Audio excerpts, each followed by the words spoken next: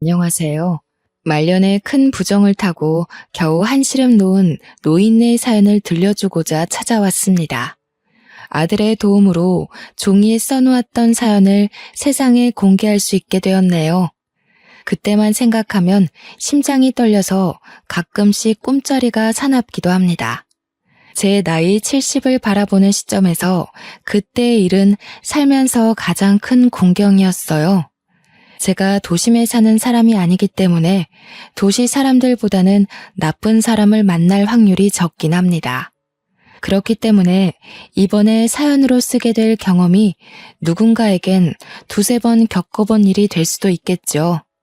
저는 바깥 세상 일들은 잘 모르겠고 오롯이 제게는 당시의 상황이 크나큰 애기였다는 겁니다. 세상 여자들은 결혼하면 빼먹을 수 없는 고부간의 갈등에 대해 한 번쯤 고민들 해봤을 거예요. 제가 말씀드리고 싶은 건 그것이 과연 며느리에게만 걱정되는 일일까 하는 겁니다. 저 또한 한때는 며느리였고 아들을 낳고 키워서 시모가 된 입장에서 며느리들만 시댁살이를 두려워한다는 선입견을 조금이라도 깨부수고자 이 사연을 써보게 되었습니다. 당연히 결혼을 한 제게도 시모가 있었습니다. 제 시대 때의 결혼 생활은 요즘 세상의 문화와 너무 달라서 감히 며느리가 시모한테 한 소리 얹을 수 있는 입장이 못 되었습니다. 제가 나이 28살에 이미 나이 한 40은 되는 손을 가졌었다고 하면 이해될 겁니다. 살이를 하면서 두 발 뻗고 자는 건 손가락으로 셀 수 있을 만큼 적었고 허리를 펼 날이 없었어요. 심지어 남편은 차를 타고 1시간은 걸리는 거리에서 일을 했는데 귀가하는 길에 사고로 일찍 죽는 바람에 저는 시댁에서 더 외로운 세월을 보냈죠.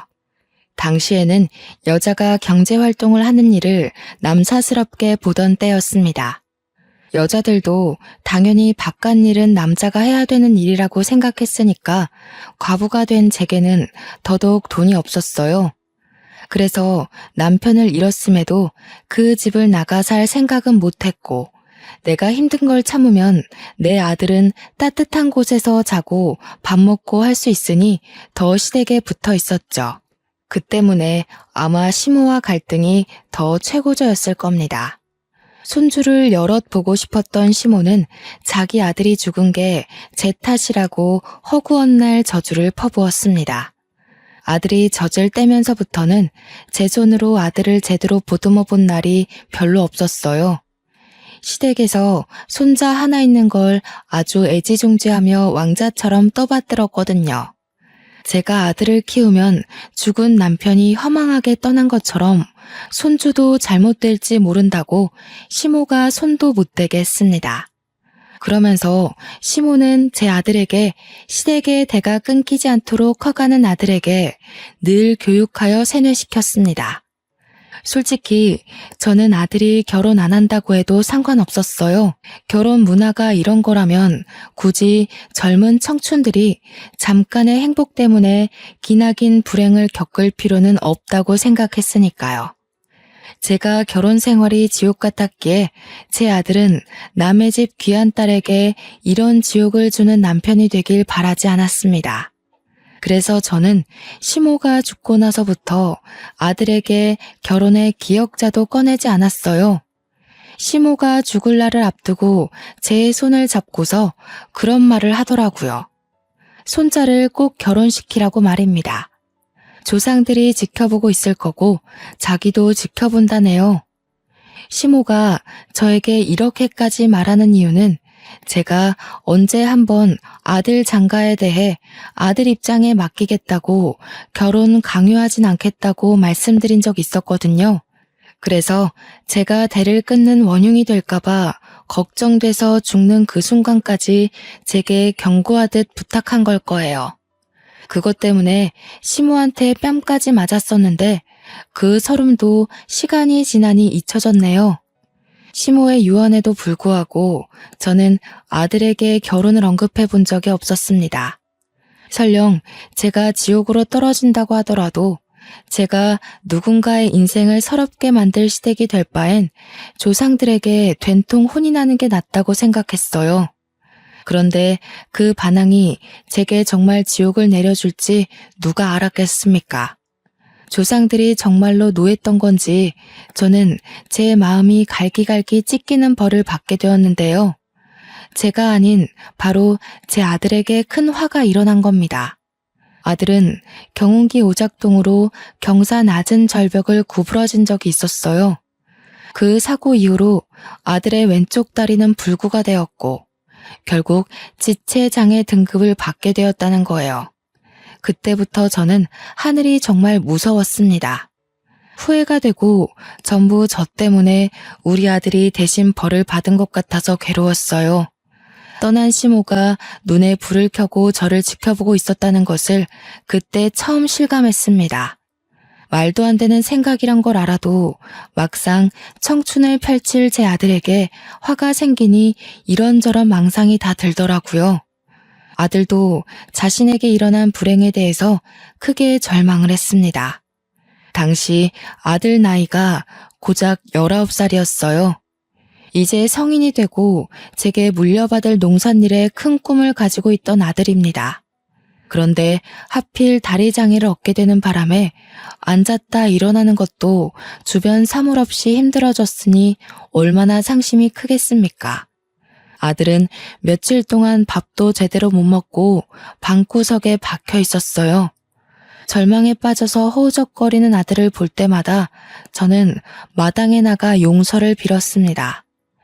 있는지 없는지도 모를 하늘 위 조상님들에게 제발 우리 아들 좀 살려달라고 눈물로 호소를 했어요. 다 제 잘못이니 차라리 제 몸을 부셔놓고 우리 아들만은 건강하게 살게 해달라 그렇게 빌었습니다. 그런데 참 인생이 신기해요. 기도라고 해봤자 사실은 허공에 대고 제 마음의 위안을 얻고자 감정을 쏟아내는 건데 이게 한 번씩 통할 때가 있단 말이죠. 이럴 때마다 하늘이 제 기도를 들어줬다고 밖에 해석할 수 없는 것 같아요. 제게 그런 기적 같은 일이 생겼다는 뜻입니다. 아들의 장애가 완치된 것은 아니었고 어느 날 아들이 결혼할 여자가 있다고 소개를 시켜주더라고요. 아들이 사고 이후로는 방구석에만 박혀 있었지만 꼭 외출을 했던 경우가 있었는데 바로 병원 가는 날이었어요. 제가 한 재활병원을 추천하기 전까지 모든 걸 포기한 것처럼 행동하던 아들이 일주일에 한 번 있는 재활병원만큼은 다행히 성실하게 다니더라고요. 그러면서 어느 순간부터 표정이 밝아지는 게 보이는 겁니다. 농산일에 발길 끄는지도 오래였는데 한 번씩 눈을 둘러보기도 했고 또 제가 묻는 말에 답도 해주었고요. 실어증이 걸린 사람 마냥 입을 닫고 살던 아들이 병원을 다니면서부터 조금씩 변화하는 게 보이는데 꺼져가는 촛불이 다시 서는 느낌을 받았습니다. 저는 그게 치료의 효과라고만 생각했어요. 재활병원에 다닌 지 2달 정도가 되었을 때 아들이 제게 결혼하겠다고 말해서 이 모든 게 며느리 덕분이란 걸 알았죠. 누가 봐도 부족한 나를 아무런 편견도 없이 봐준 사람이야. 나 이 여자 아니면 다시 일어나지 못했을 거야. 그만큼 나한테 소중한 사람이니까 엄마가 꼭 결혼 허락해줬으면 좋겠어. 너무 고마운 아가씨구나. 엄마 뜻이 뭐가 중요하겠니? 아들이 좋다고 하면 결혼하는 거지. 우리 아들이 아가씨 덕분에 이렇게 기운 차렸다고 하니 내가 무슨 감사의 말씀을 해야 할지 모르겠네요. 정말 고마워요. 내가 해야 했을 일을 아가씨가 해줬네요. 아니에요, 어머님. 저는 그저 기준 씨가 좋아서 곁에 붙어있기만 했는걸요. 다 기준 씨 스스로 의젓하게 이겨낸 거예요. 며느리는 재활병원에 막 들어간 신입치료사였고 남편을 담당하는 선생님 옆에서 보조를 하던 치료사라고 했습니다. 며느리의 첫인상은 요즘 화려하게 치장하고 다니는 아가씨들과는 달리 딱 봐도 인상이 순하고 참한 것이 얌전한 성격 같더라고요. 아니나 다를까 얼마나 깍듯한지 저와 대화하는 내내 무릎을 꿇고 있길래 바로 앉으라고 하니까 계속 그 자세가 편하다며 고집하고 있는 거 있죠. 제가 하는 말에 경청도 잘하고 자칫 잔소리로 들릴 수 있는 제 조언도 반응을 잘하는 거 아니겠습니까? 저를 시어머니로 보니까 아무래도 바짝 긴장하고 있는 것 같았어요. 저는 착한 며느리를 보면서 저의 지옥 같던 시댁살이가 문득 떠올랐습니다. 저도 아무것도 모르고 시집을 가서 거의 종살이 하듯 시댁에게 모든 걸 맞춰줬었는데요. 며느리도 저처럼 저희 집에 모든 걸 맞춰줄 것처럼 마음가짐과 태도가 한없이 착하더라고요. 그걸 보면서 며느리도 저처럼 스트레스 받을까봐 얼마나 걱정이 되던지. 저는 과거 제가 받았던 상처를 며느리에게 되물림하지 않도록 노력하기로 했습니다. 며느리는 역시 첫인상처럼 요즘 애들 치고 너무 성실하고 착했습니다. 요즘 젊은 여자들은 과거 여성 분위기와 달라서 자신을 위해 투자하고 야망 가득한 꿈을 꾸잖아요. 그런 세상에서 우리 며느리는 굳이 알아서 자신만의 커리어를 내려두고 집안 살림과 아들의 내조에 신경을 썼어요. 현모양처라고 하던가요? 제 며느리가 딱 그 짝이었습니다. 며느리 힘들까봐 저는 며느리에게 집안일을 일체 시켜본 적도 없고 시킬 생각도 없었는데 며느리가 자꾸만 쉬지도 않고 정돈하고 청소하고 성실히 움직이는 거 아니겠습니까? 아가, 좀 쉬어라. 일주일에 한 번만 닦아도 아무런 문제 없어. 어제도 열심히 닦았으니 다음 주까지는 반질반질 할 거야. 안 돼요, 어머님. 남편한테 어머님 기관지 안 좋다고 들었단 말이에요. 먼지가 아무것도 아닌 것 같지만 얼마나 치명적인데요. 어머님 연세도 있으신데 병원 가는 일은 줄여야죠. 제 아들 챙겨주는 것도 충분히 고마운데 며느리는 제 걱정까지 알아서 해주며 저를 심으라고 어떻게든 모시려고 했습니다. 제가 아무리 며느리를 편하게 해주고자 마음먹어도 며느리가 저렇게 솔선수범 나서는데 어떻게 맞겠어요? 자기가 좋아서 하는 거라고 걱정 말라고 하니까 계속 나무랄 수도 없었습니다. 그래서 제가 선택한 방법은 같이 하는 거였어요. 며느리가 식겁하면서 저를 긋고 말리긴 했지만 나도 내가 좋아서 하는 거라고 그렇잖아도 운동 필요했는데 같이 운동한다고 생각하니까 재밌다고 해버렸습니다. 그랬더니 한날 며느리가 저더러 자기랑 운동 다니지 않겠냐고 하는 겁니다. 저는 그때 처음으로 요즘 세상이 어떻게 돌아가고 있는지 눈으로 볼 수 있었습니다. 며느리랑 백화점을 구경하기도 했고 문화센터 같은 데 가서 일일 수업도 받아보고 미용실 가서 머리도 했어요. 오랜만에 보는 도시 모습은 정말 요란하긴 하더라고요. 한 번쯤 세상 구경한다고 가보는 건 좋았지만 도시에서 살라고 하면 적응은 못할 것 같았습니다.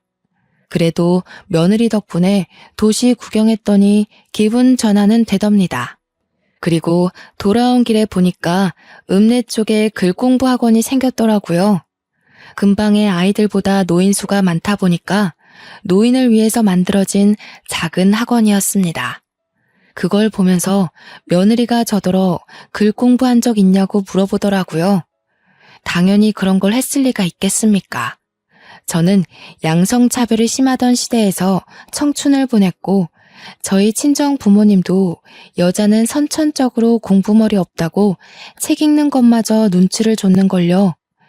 그러니까 제 말은 글 공부를 하고 싶다는 게 아니라 그냥 할 기회가 없었고 뒤늦게 하기엔 나이가 너무 늙어버려 그런 것에 욕심 없다고 말했을 뿐입니다. 그런데 제 사정을 듣던 며느리가 잘 됐다고 하면서 갑자기 저를 끌고 가는 게 아니겠어요? 그 노인학원을 들어가서 개인 사비로 저를 등록해 주는 겁니다. 아이고 아가 난 됐다. 내가 지금 나이가 몇인데 글 배워서 뭐 하겠어. 나는 그냥 더 바라는 것 없고 아들이랑 너랑 오순도순 잘 사는 것만 보고 가면 돼. 무슨 소리예요, 어머님. 저보고는 요즘 사람치고 너무 야망이 없다고 뭐라도 배우라고 하셨잖아요. 어머님도 요즘 세상에 살고 있는 사람 아니에요? 그리고 글 배워놓으면 앞으로도 다른 사람 찾지 않아도 혼자 우편물 읽을 수 있고 문자도 읽을 수 있고 얼마나 좋은데요. 학원은 일주일에 2번만 가면 되는 거라 그리 부담도 없었고 가더라도 1시간만 공부하다 오면 되는 거라서 몸이 힘든 일도 아니었습니다. 솔직히 공부하고 싶은 욕망은 언제나 마음 한켠에 있었거든요. 하지만 정말 나이 때문에 애써 단념하고 있었어요. 다 늙은 나이에 글 공부해서 뭐하나 살 날도 얼마 안 남았을 텐데 이런 아니란 생각만 하면서 저의 꿈 같은 목표를 묻어두기만 했습니다. 목표를 성취하려면 굉장한 마음가짐을 갖고 출발을 해야 된다고 생각했어요. 그런데 며느리가 저를 학생으로 덜컥 등록해버렸는데 목표를 향해 출발하는 것이 생각보다 쉬워서 솔직히 당황했습니다. 나이 70 다 되어가면서 그렇게 저 자신을 생각해보고 저 자신을 위해 투자를 해본 건 글 공부가 처음이었어요. 며느리를 만류하긴 했지만 솔직히 진심으로 설렜습니다. 며느리에게 고마워서 제가 용돈으로나마 마음을 표현하기도 했어요. 그때마다 며느리는 제가 주는 돈을 한사코 거절만 하더라고요. 우리 아들도 그렇고 나도 그렇고 너 없었으면 이렇게 웃으면서 못 지냈을 거야. 내가 아들한테 늘 미안한 마음으로 살았는데 너가 우리 아들 옆을 지켜주는 덕에 얼마나 마음이 놓이는지 몰라.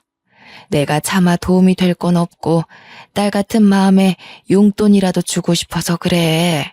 어머님께 돈 받으려고 그랬던 거 아닌데. 고맙습니다. 어머님께서 저를 정말 딸로 생각하고 주시는 용돈이라고 볼게요. 절대 이거 저한테 보답한다고 주는 거 아닌 거예요? 알겠죠? 저도 저지만 특히 며느리 덕분에 제 아들이 완전히 일상을 회복했어요. 원래는 지체 장애 때문에 아들이 많이 상심하기도 했고 자기 미래는 더 이상 비전이 없다고 절망도 많이 했었다고 했잖아요. 며느리를 만나기 전까지는 그래도 제가 어미로서 자식을 포기하지 않고 최대한 이끌었습니다. 하지만 저도 사람인지라 그러는 사이 저는 저대로 마음이 많이 지쳤었어요. 아들도 그런 저를 보며 자신의 존재를 더욱 죄인으로 보고 절망하던 시기였습니다. 그랬던 아들이 며느리를 만나면서 극적으로 새 인생을 꿈꾸게 되었다는 거예요. 저는 우리 며느리를 제 아들을 살려준 사람이라고 생각합니다. 제게도 제 목숨을 구한 은인이나 다름없고요. 그래서 저는 사실 며느리가 이렇게 잘하지 않아도 며느리에게 더할 나위 없는 고마움을 느꼈을 겁니다. 며느리를 얻은 것만으로도 기적이라 생각했는데 심지어 심성이 이리 착하기까지 하니 얼마나 기쁜지 모릅니다.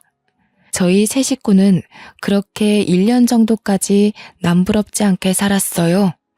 동네도 워낙 작은지라 제가 며느리를 자랑하고 좋아하는 걸 이웃들까지 다 알 정도로 저와 며느리의 관계는 무르익었죠.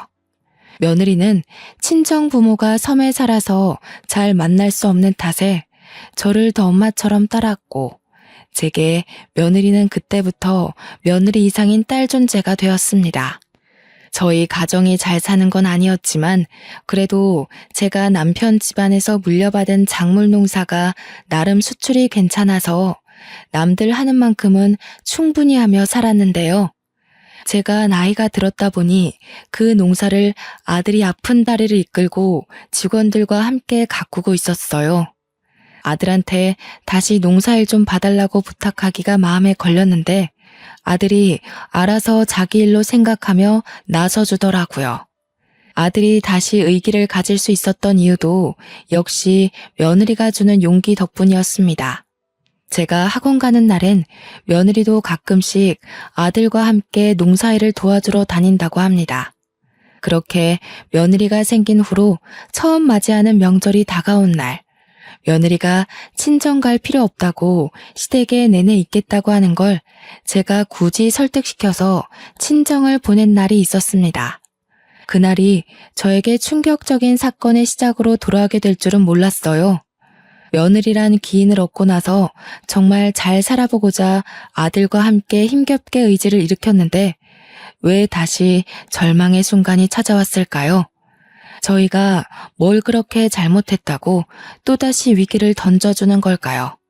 명절이 지난 후 한두 달 뒤쯤인가 며느리가 우리 아들 아이를 임신했다고 고백을 했습니다. 아들 몸이 불편하기 때문에 손주까지 기대하지 않았던 저는 너무 기뻐서 며느리에게 수고 많았다고 손을 잡고 눈물을 흘렸어요. 그러고 보니 기뻐서 눈물을 흘렸던 건 그날이 처음이었네요. 손주가 생겼다는 것이 인생 통틀어 최고로 행복한 날이었던 거죠. 왜 울고 그러세요? 이러면 제가 더 예쁜 손주 많이 안겨드리고 싶어서 욕심나잖아요. 그런데요, 어머님, 부탁이 있어요. 남편한테는 저 임신한 거 비밀로 해주시면 안 될까요? 내가 좀 주책이었지. 그런데 비밀로 해달라니? 애비도 이 소식 들으면 없는 기운도 생길 텐데 이 좋은 일을 애비한테 알리지 않고. 저도 그러고 싶은데 남편 이번 주말에 처가 도우러 가야 되잖아요. 괜히 저 때문에 걱정 끼치고 싶지 않아서요. 다녀오면 그때 알려주고 싶어요. 우리 아들은 며느리의 부탁으로 그게 불과 3, 4개월은 되는 일이라고 며느리가 미리 말해주었습니다. 당연히 우리 며느리가 저희 집 와서 이렇게 내조 잘하고 살림 잘하며 노력하는데 우리 아들도 사돈댁에 좋은 사이로 도움이 되면 좋겠다 싶어 제가 흔쾌히 허락한 사실이에요. 아들도 자기 처가 도우러 가는 것에 전혀 망설임이 없었고요. 멀리 가는 아들이 혹시라도 타지에서 아이 생각 때문에 발목 잡히거나 마음이 싱숭생숭할까봐 며느리는 그게 걱정되었나 봅니다. 세상 좋은 소식인데 걱정될 게 뭐 있나 싶었던 저는 며느리의 마음이 잘 이해가 안 되었지만 며느리의 여린 마음씨를 알고 있기 때문에 웬만해선 며느리의 말을 들어주고 싶었습니다. 그래서 아들에게 며느리의 임신 사실을 비밀로 했어요. 아들이 떠나는 날 저는 버스에 오르는 아들을 보면서 얼마 후 잉태될 자식을 보고 기쁨을 느낄 아들 표정을 기대하며 배웅했었죠. 그렇게 아들이 떠나고 저는 며느리와 둘이 촌동네에 남아서 마실 삼아 논을 돌며 농사를 관리했고 저는 계속해서 일주일에 2번 학원 다니는 것도 성실히 출석했습니다. 며느리 말대로 제가 원래는 글 읽는 것도 서툴러서 우편물이나 집 관리비나 직원들이 보내는 문자가 오면 꼭 며느리랑 아들한테 대신 읽어달라고 할 정도로 까막눈이었거든요. 그런데 사교육을 받다 보니 이젠 하나둘씩 단어가 보이기 시작하는데 그게 얼마나 짜릿하고 즐거운지 모릅니다. 물론 그래도 한참 못 미치는 언어 수준이라서 며느리에게 자랑까진 못했어요. 나중에 문장이 읽힐 때 며느리한테 편지를 써서 깜짝 놀라게 해주려고 참았습니다. 딱 한 가지 빼면 전반적인 생활은 평소와 같이 무난했어요. 저를 걱정시키는 한 가지의 문제가 뭐냐 하면 아들에게서 못해도 일주일에 한 번씩은 연락이 왔었는데 어느 순간부터 한 달을 넘길 정도로 연락이 두절되었다는 사실입니다. 며느리를 불러 아들과 연락되냐고 물었지만 며느리도 연락이 안 된다고 하더라고요. 걱정 마세요, 어머님. 한참 바쁠 시기라서 저희 부모님도 바다 나가시면 연락이 잘 안 되거든요. 퇴근하면 바로 기절하기도 하고요. 기상도 꼬박 새벽 시간이라서 엄청 피곤할 거예요. 그런 거겠지? 애가 다리가 불편해서 어디 일 잘못하다가 물에 빠진 건 아닐까 걱정되네. 우리 아들이 일 하나는 야무지게 하는데 그래도 바닷일은 처음이거든. 어머, 어머님. 그냥 하는 소리라도 그런 말씀 마세요. 혹시라도 부정나면 어떡해요. 남편 잘하고 있는지 제가 나중에 부모님께 연락해 볼 테니까 나쁜 생각은 마세요. 며느리가 안심시켜주고 위로해주는 덕에 저는 이 이상 더 연락하지 않고 아들에게서 연락이 오기만을 기다리고 있었습니다. 시간은 어쩜 그렇게 빠른지 몰라요. 아들과 연락이 두절된 지 몇 달은 넘어갔을 겁니다. 저는 정말로 문장이 익힐 만큼 글 실력이 늘었고 며느리에게 편지를 쓸 수 있는 수준까지 되었어요. 그때가 무려 아들이 떠난 지 반개월째였던 걸로 기억합니다. 제가 그나마 마음을 놓을 수 있었던 건 아들이 제겐 연락 없더라도 며느리한테는 연락을 줬기 때문이었어요. 며느리가 아들 소식을 중간중간 저한테 대신 전해줬거든요. 바빠서 저한테까진 연락할 여유가 없고 통화 시간이 부족해서 며느리한테만 안부를 전해야만 한다고 그랬다더군요. 그때 조금이라도 의심을 했어야 하는 건데 바보같이 저는 안심을 해버렸습니다. 오히려 저 대신 아들을 그렇게 신경 써주는 며느리가 있어서 항상 고맙게만 생각했죠. 그러니 학원에서 주고 싶은 사람에게 만들라던 꽃과 편지도 며느리 것만 만들었었어요. 제 실력을 보고 놀랄 며느리 얼굴을 상상하면서 그날 기쁜 마음으로 하원했습니다. 며느리는 제가 하원하는 시간을 알기 때문에 다른 곳에 일을 나갔더라도 항상 시간 맞춰서 마중을 나오곤 했어요. 그런데 그날따라 며느리가 코빼기도 안 보이더라고요. 당연히 수고 많았다고 내다볼 줄 알았는데 며느리 방해가 노크를 하고 문 열어봤는데도 없었습니다. 뭐 일보러 나갔다가 늦을 수도 있는 거니까 그러려니 하고 며느리 방을 나오려고 했어요. 근데 마침 제 눈에 의아한 것이 하나 들어오더라고요. 방바닥 구석에 종이 여러 장이 어질러져 있었는데 정리 안 된 물건인가 싶어서 제가 어디 한 곳에 모아놓으려고 잠깐 봤거든요. 근데 제가 이젠 글을 읽을 줄 알잖아요. 워낙 어려운 단어들이 많길래 눈으로 대강 훑는데 종이마다 제 이름이 적혀 있더라고요. 제 이름은 글 공부하기 전부터 읽을 줄 알아서 대충만 훑어도 충분히 알 수 있었습니다. 내 이름이 여기 왜 있을까 싶어서 곰곰이 종이를 들여다보는데 언제 들어온 건지 며느리가 제 손에 든 종이들을 획 뺏어가더라고요. 어머님, 지금 뭐 하시는 거예요? 왜 남의 방을 염탐하고 계세요? 남의 방에 함부로 들어오시면 어떡해요? 남의 물건에 손은 또 왜 대시고? 아무리 가족이라지만 서로 예의는 지켜야 되는 거 아닌가요? 저는 그날 며느리의 불같은 성화를 처음 마주했습니다. 당연히 제가 실수했다고 생각해서 며느리한테 황급히 사과를 하고 얼른 제 방으로 넘어왔어요. 나중에 저녁 먹을 때쯤 며느리가 뒤늦게 제 방문을 두들기더라고요. 다시 제가 알던 점잖은 며느리의 모습을 하고서 저한테 사과를 했습니다. 죄송해요, 어머님. 제가 남이 제 물건 손대는 걸 별로 안 좋아해서 말 실수했어요. 아무리 그래도 어머님한테 그렇게 성내면 안 되는 거였는데 정말 죄송합니다. 아니야. 내가 잘못했지. 네 말대로 내가 허락도 없이 내 것도 아닌 물건을 만졌어. 너한테 오죽 중요한 물건이었으면 그랬겠니? 너도 많이 놀랐지? 앞으로는 이런 일 없게 조심하도록 하마. 저와 며느리는 그렇게 화해를 하고 다시 사이좋게 저녁상 앞에 앉았습니다. 그런데 말이에요. 그날 저녁을 먹고 며느리와 밤 산책을 한 뒤 다 늦은 밤 잠자리에 누웠는데요. 기분 나쁠 정도로 며느리가 뺏어간 그 종이가 계속 눈앞에 아른거리는 겁니다. 그 정체 모를 종이들 때문에 도통 잠에 들기가 힘들었어요. 거기에 분명 큰 글씨로 위임장, 근저당권 신청서 이런 게 써져 있었거든요. 어려워서 몇 번이나 반복해서 읽었는데도 그 뜻을 모르겠더라고요. 그리고 또 계속 거슬리는 건 며느리가 분명히 자기 물건이라고 했는데 제 이름이 써져 있었다는 거예요. 며느리 물건인데 제 이름은 왜 필요했던 걸까요? 도대체 저 어려운 단어들이 의미하는 바는 뭐일까요? 그것들이 그날 밤 내내 저의 머릿속을 괴롭혔습니다. 누구에게 속 시원히 듣지 않으면 계속 찝찝하게 남아있을 단어들이었죠.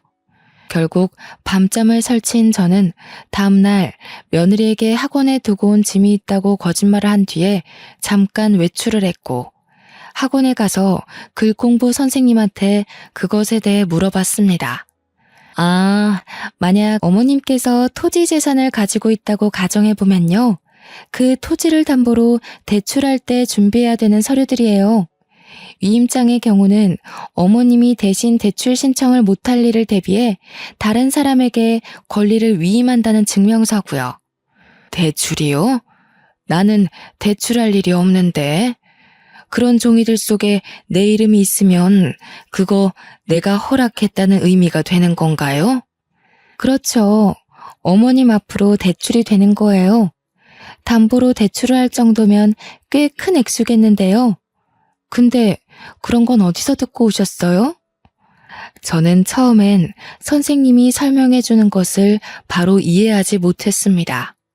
대출에 관련된 서류를 왜 며느리가 가지고 있고 왜 나한테는 말도 없었으며 뭐 때문에 내 땅을 담보로 돈을 빌린 걸까 하나도 시원하게 알아채는 것이 없었죠.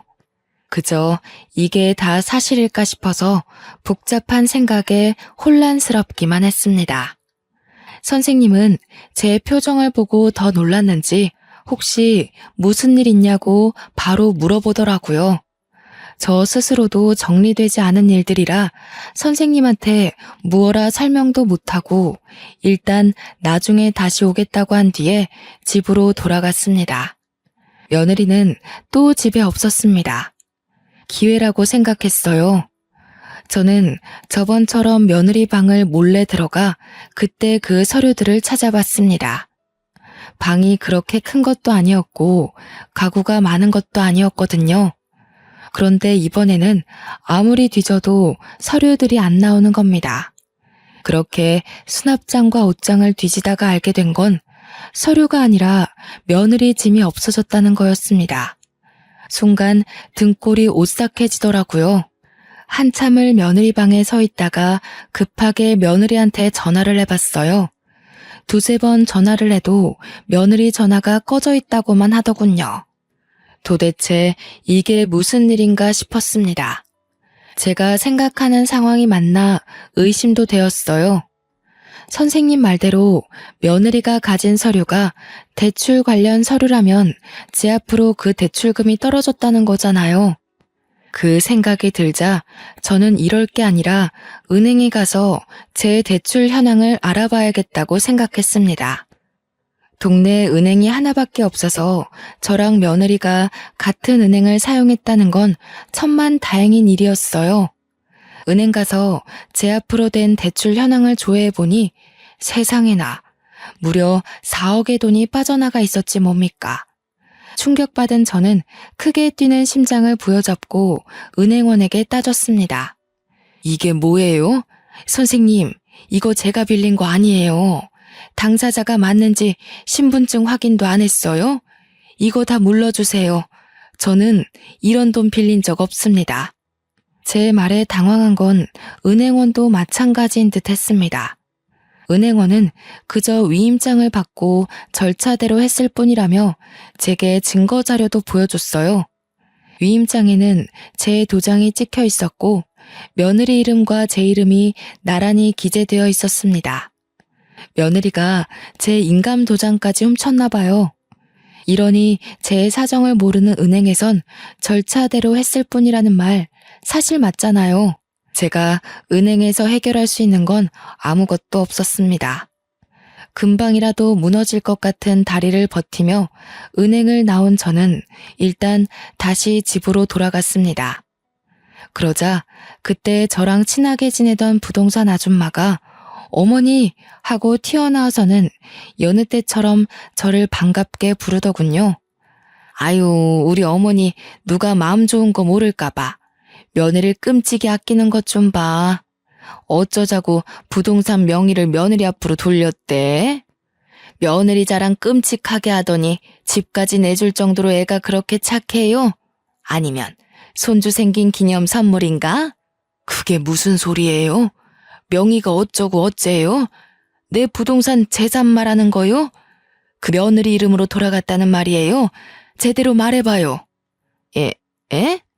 나도 제주도 놀러 갔다 와서 소식 몰랐는데 얼마 전에 어머니 농사 일하는 직원 있잖아요.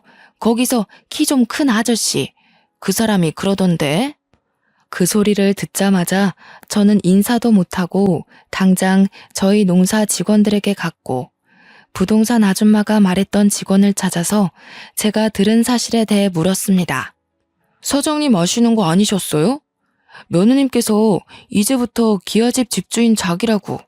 자기 말이 곧 사장님 말씀이니까 자기 말대로 하면 된다던데. 사장님이랑 이미 의논된 일이고 사장님이 며느님한테 다 위임했다고 들었어요. 그러면서 길게 일하고 싶으면 사장님 귀찮게 하는 일 없도록 하라고 하던데요. 며느리가 나한테 말하지 말라고 했다는 거지? 아이고 세상에, 이게 무슨 일일까? 나는 그런 적이 없어. 아무래도 내가 며느리한테 사기를 당한 것 같아. 아이고 심장이야. 저는 그제서야 며느리가 제 재산을 삥땅 쳤다는 걸 실감했고 직원의 도움으로 그대로 경찰에 신고를 했습니다. 그때까지도 며느리는 집에 나타나질 않았어요. 제 생각에는 제가 며느리의 서류를 발견한 그날 며느리는 이미 도망치기로 마음을 먹었던 것 같습니다. 제가 글을 읽을 줄 안다는 걸 눈치챘나 봐요. 제가 방에서 그 서류가 뭐였을까 고민할 때 며느리는 도피할 준비를 하고 있었겠네요.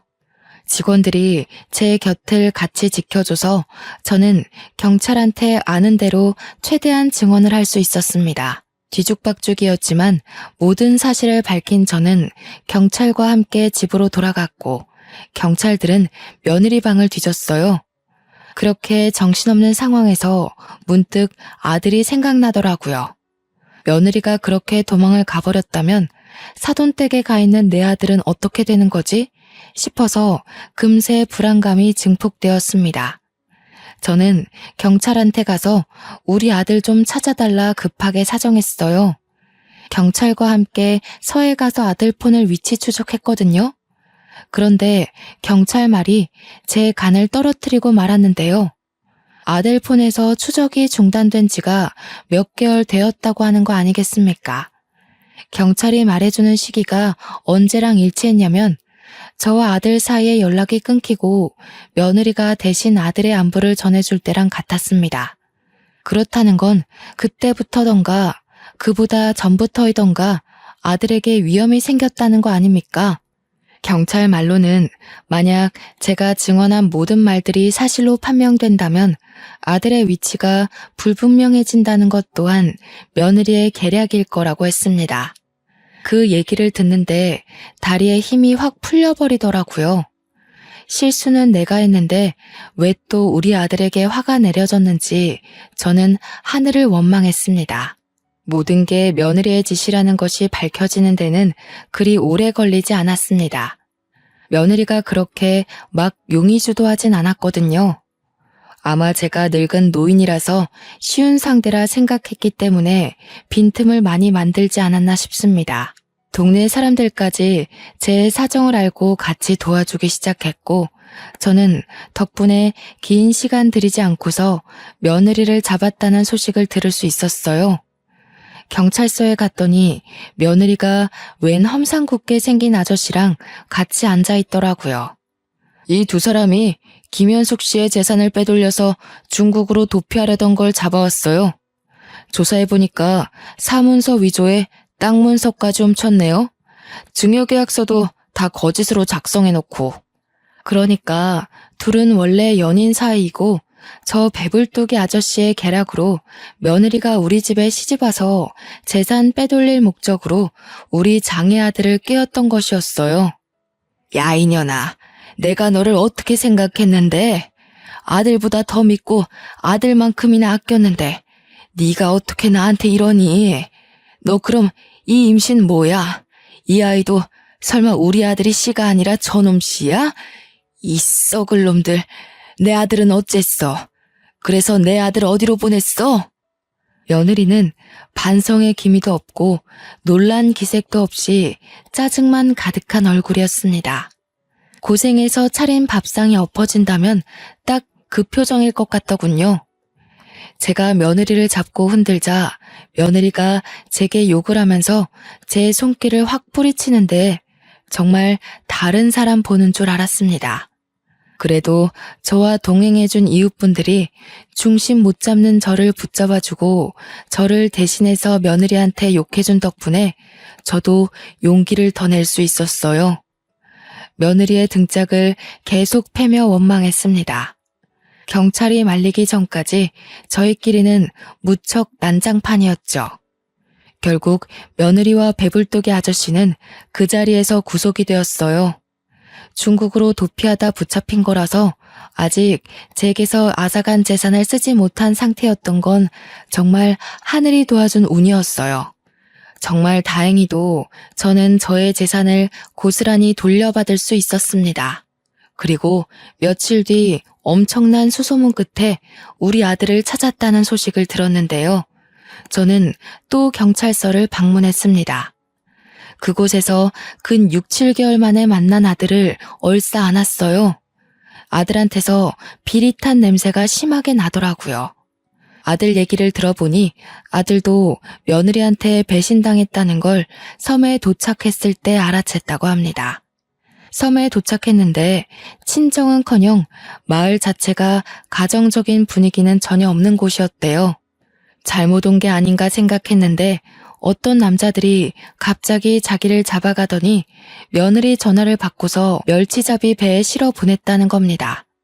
배에서 내리지도 못하고 멸치만 잡으면서 거기서 꼼짝없이 갇혀 살았다고 했습니다. 불편한 몸으로 얼마나 고생을 했니? 엄마는 그것도 모르고 마음 편하게 글 공부나 하면서 썩을 며느리랑 웃으면서 지냈는데 엄마가 너무 멍청해서 미안하구나. 내가 감히 너한테 무슨 짓을 한 거니?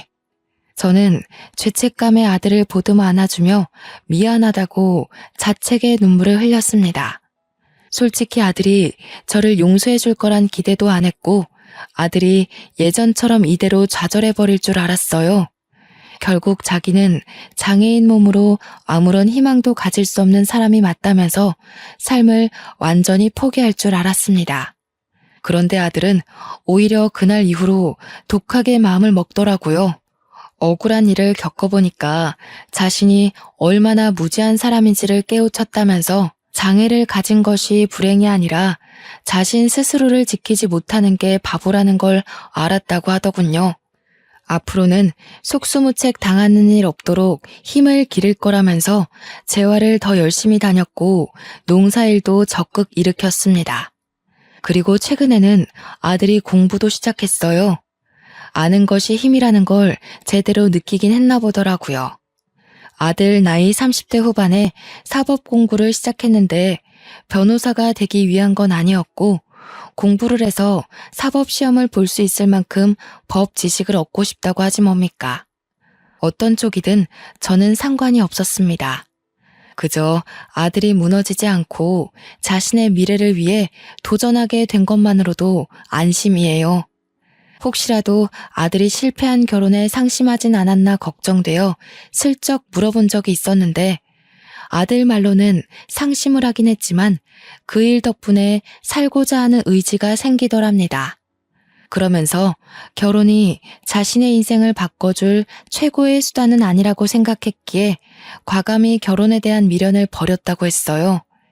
현재는 아들이 주변에 있는 사람들에게 베풀자는 마음으로 지내고 있는데 참 보기 좋습니다. 이웃들도 은근 아들의 기분을 많이 눈치 봤었거든요.